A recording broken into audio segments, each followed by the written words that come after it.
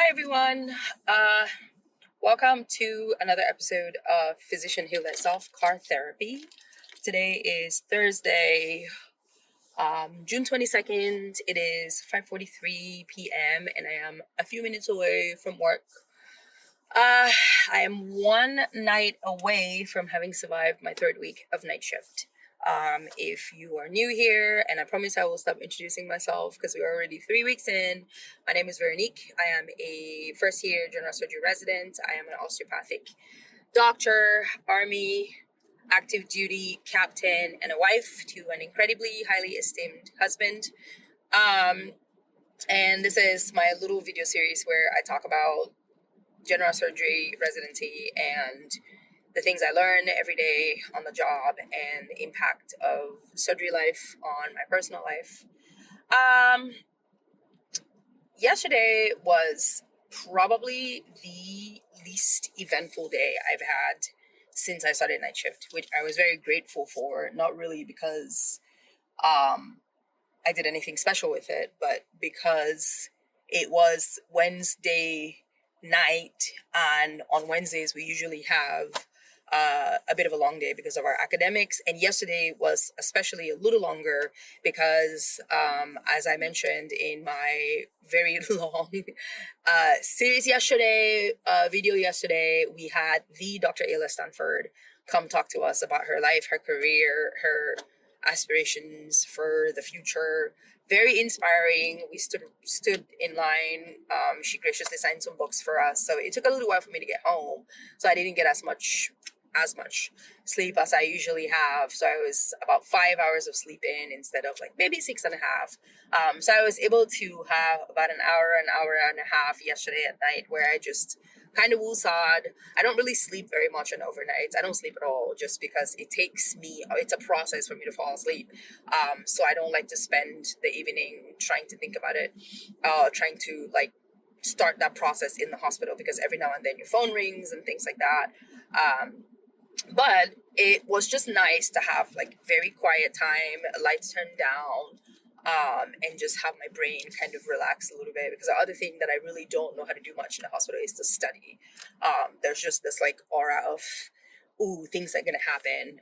But I did a couple of little questions, got pummeled as usual. But it is what it is. The exams are coming up, and I'm trying to do my best to be as prepared as I can. I don't think I'm going to be very super prepared, but I'm going to do the best that I can, at least for this year, and then work on what I need to work on in the coming years.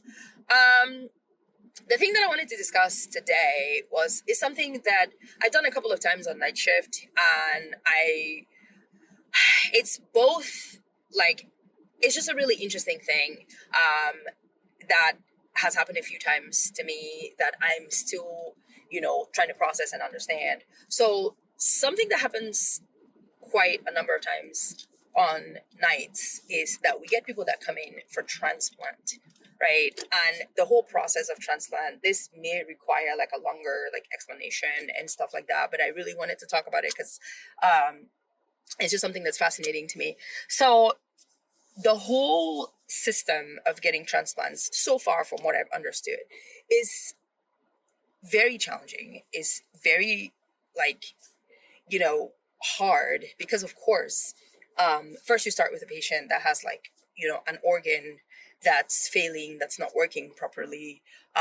You have somebody who has graciously listed themselves as a person to potentially donate their organs, either when they pass away or while they are alive, especially things like kidney transplants, and liver transplants. Those are the big two that you can offer when you are still alive because yay evolution, we get two kidneys, which one for us to keep and one for us to potentially give away. Or if you pass away, God forbid, whenever the time happens, you have two kidneys that you could potentially give away. There are other things that can be given away, hearts, corneas, things like that. But the big ones that you can do, especially when you're a living donor, is the kidneys and the livers. When that happens, there's a whole process there. I don't know if you guys know about UNOS, which is like the big general like database for all the people that need transplants, and there's a whole list, and the transplant process goes chronologically from that list.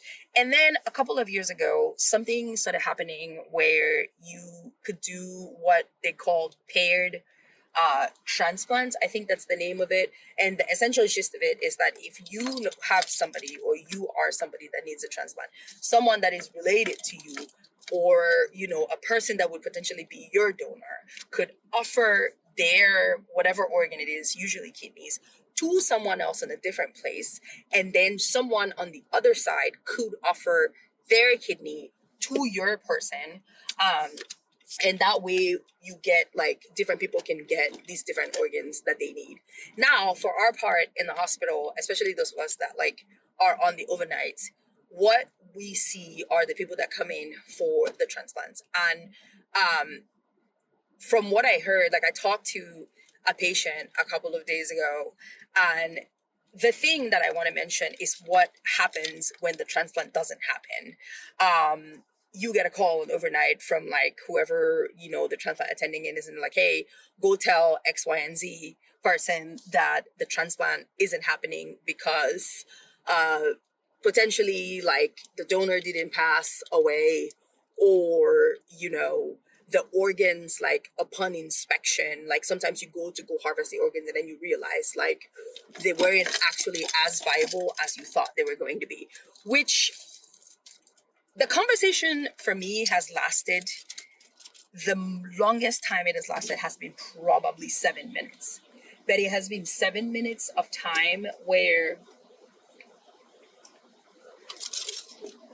I have just always felt really terrible, really broken for these people. The last patient that I talked to about like potentially not getting this transplant was a patient that was supposed to get a double lung transplant, and they lived about 3 hours away. And the way that the spouse was explaining to me, it was like they were at home, because this kind of things is like you're on a list, you're waiting, and you don't know where this thing is going to come from. So you get a call and it says, hey, we have a potential donor, get your stuff together and get here as soon as you can. And these people, they scramble, they put all their stuff in the bag. Like the spouse was telling me, they didn't even have time to like find a hotel. They didn't have time to check into anywhere.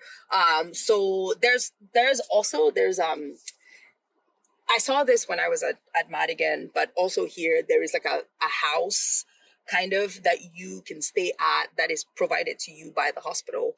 But this particular patient and their spouse, because of the short timeline for when they needed to get here, they weren't able to secure a room in that house at the time. So they came straight to the hospital. Patient like quickly got in, quickly put them together, and then the waiting process started. And then usually when that happens, you have a patient that is like the principal patient who's probably going to get these organs. And then you get one or two backups. You have other people that are in the hospital that are essentially holding on to, if for some reason this patient doesn't get this organ, then we will give it to you. So usually you have 2 or 3 patients that are sitting in the hospital at the same time, waiting for this potential donor to pass, waiting for these potential organs to be given. And for different circumstances, sometimes these things don't happen. Like the call that I got a few days ago was the attending said they went in and they realized that there were changes in this donor's lungs that they hadn't seen on imaging, they hadn't seen on the CT scan. So around probably 11:30 p.m., I had to go tell these 2 patients that unfortunately this surgery was not going to happen. And usually what happens with the patients is that when you've given them the information, then you give them the choice. You say, it's late. If you'd like to stay, then we can keep you over. If not, then you are free to go home. We will discharge you, like whatever. And I went to the first patient and I said, I explained and everything. And they said, yeah, no, we'll rather go home.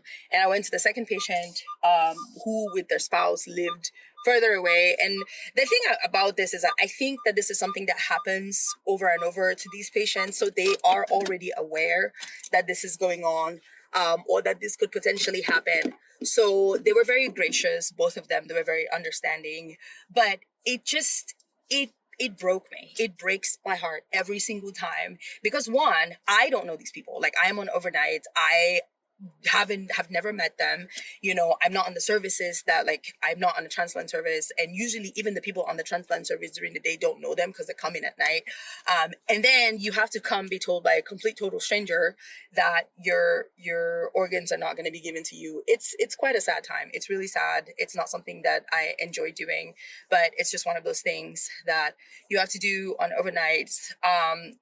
And I know that I'm saying it's in a really rushed manner because I'm in the parking lot, and and I have to go in and walk around and get stopped by security to check me and everything.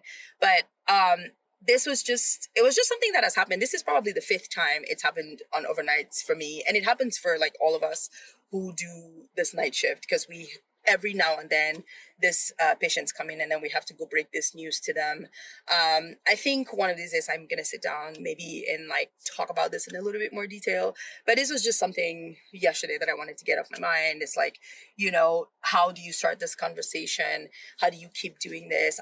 I'm always so awed by the strength and the grit and the resilience of these people and of their families that have to come in at like a drop of a hat, sometimes hours on end. Like, they don't have a place to stay, they don't have like anything, and then they have to come and have this conversation. Sometimes things go well, sometimes they don't, and then they have to go back home and like restart the process all over again and wait all over again.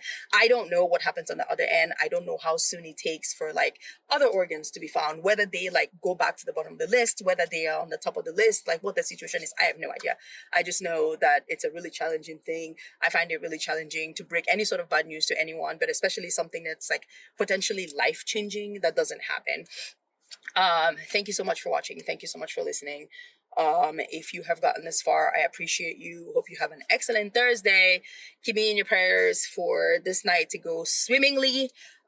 We are expecting a storm this weekend and I have to work on Sunday. Fingers crossed I can drive here. Fingers crossed my husband can drive me. But outside of that, thank you. I appreciate you. Thank you for being my anonymous, unpaid, unsolicited therapist in the void. And I will see you on tomorrow's video. All right. Bye.